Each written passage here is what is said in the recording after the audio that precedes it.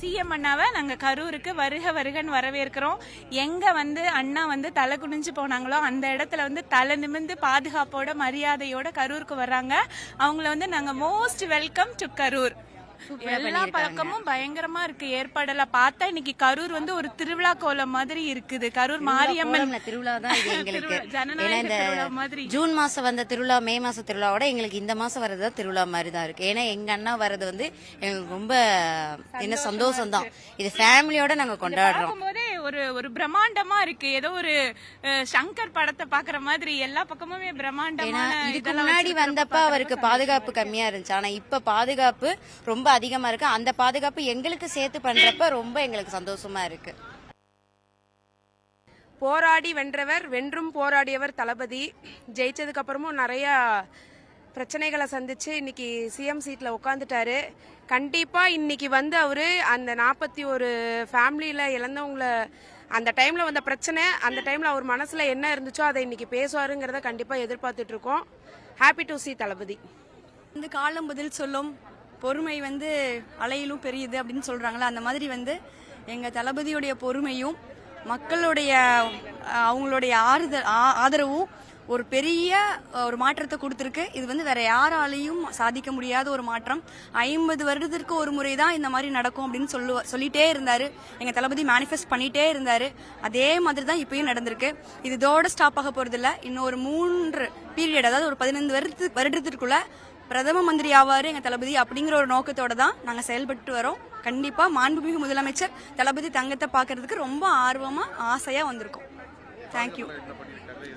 பயங்கரமான பாதுகாப்பு. தமிழ்நாடு அரசு இப்படிதான் பாதுகாப்பு கொடுக்கணும், இப்படிதான் நடத்தணும் அப்படிங்கிறதுக்கு எடுத்துக்காட்டா இதுக்கு முன்னாடி ஆண்ட அரசுக்கு சுட்டி காட்டுற விதத்துல காவல்துறை அதிகாரிகளும் ரொம்ப சப்போர்ட் பண்றாங்க. லேடிஸ்க்கு தனியா செக்டார்ஸ் கொடுத்துருக்காங்க, பெண்களுக்கான பாதுகாப்பு தனியா கொடுத்துருக்காங்க. அதே மாதிரி ஒவ்வொரு இடத்துலயும் அவ்வளவு பேரிகேட்ஸ் போட்டு ஸ்டார்டிங்ல இருந்து கிட்டத்தட்ட பாத்தீங்கன்னா ஒரு 5-6 கிலோமீட்டருக்கு முன்னாடியில இருந்தே பக்கா செக்யூரிட்டி கொடுத்துருக்காங்க.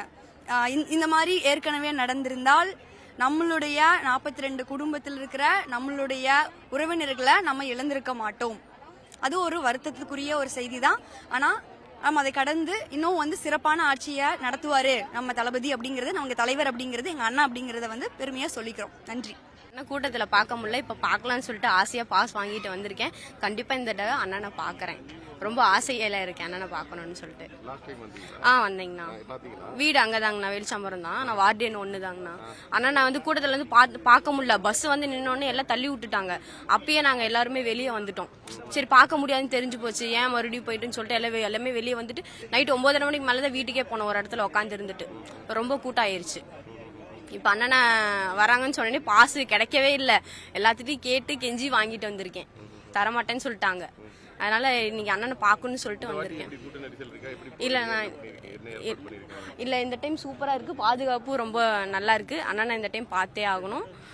ரொம்ப சிறப்பா பண்ணிருக்காங்க எல்லாமே, பாதுகாப்பு எல்லாமே. சிஎம்மா வராங்க, என்ன பேசுவாங்கன்னு எதிர்பார்க்குறீங்களா? இல்ல நான் அதை பத்தி எதிர்பார்ப்பு இல்ல. ஆனா அண்ணன்ட்ட எதிர்பார்ப்பு என்ன பேசுவாங்க எதிர்பார்ப்பு இருக்கு. எங்க கிட்ட நாங்க என்ன இன்னும் யோசிக்கல. அவங்க என்ன யோசிச்சிருக்காங்கன்னு தெரியல.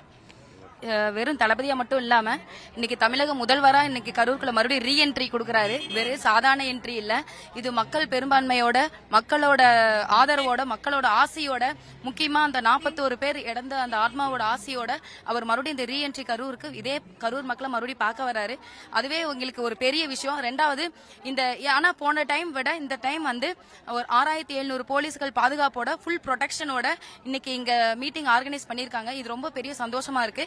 இதே மாதிரி கட்சி தலைவர்கள் யாரா இருந்தாலும், எங்க பொதுமக்களை சந்திக்கிறதா இருந்தாலும் அங்கும் இதே மாதிரி ஒரு போலீஸ் பாதுகாப்போட மக்களுக்கும் பாதுகாப்பா இருக்கணும். பிளஸ் கட்சி தலைவர்களுக்கும் பாதுகாப்பு கொடுத்து இனிமேல் அந்த 41 பேர் இறந்தது மாதிரி மறுபடியும் இந்த எந்த ஒரு உயிர் சேதமும் வராத மாதிரி காவல்துறை எங்களுக்கு பாதுகாப்பு அளிக்குமாறு எங்களுக்கு தாழ்மையோட வேண்டுகொள்கிறோம். இன்னைக்கு முக்கியமா அந்த செப்டம்பர் 27ஆம் தேதி அவர் பேச வந்தது நிறைய விஷயங்கள் இருந்தது. பட் அவரால் அன்னைக்கு பேச முடியல. ஏன்னா சூழல் யாருமே எதிர்பார்க்காத அசம்பாவிதம்லாம் அங்க நடந்திருக்கு. சோ அங்க பார்க்க வந்த நாங்களுமே சில பேர் பார்க்க முடியல. ஏன்னா அந்த நெரிசல்ல சிக்கல்னதுல நானும் ஒருத்தி தான். சோ அந்த இடத்துல என்னென்னலாம் பேசணும்னு நினைச்சாரோ எதிர்கட்சியாக இருந்தாலும் சரி, மக்களோட குறைபாடுகள் அது என்ன செயல்ல சொல்றேன்னு சொல்லிட்டு செயல்ல என்ன செய்யாம இருக்காங்க அது விஷயமா பேசுவாருன்னு எதிர்பார்த்துட்டு இருக்கோம். பிளஸ் அந்த இன்னும் நிறைய எதிர்பார்க்கிறோம். பட் அவரோட ஸ்பீச்சுக்காக தான் எல்லாருமே மோஸ்ட்லி வெயிட் பண்ணிட்டு இருக்கோம். பிளே ஸ்டோர் மற்றும் ஆப் ஸ்டோரில் இருந்து பாலிமர் செயலியை QR கோடு மூலம் பதிவிறக்கம் செய்யுங்கள். செய்திகளை உடனுக்குடன் பெறுங்கள்.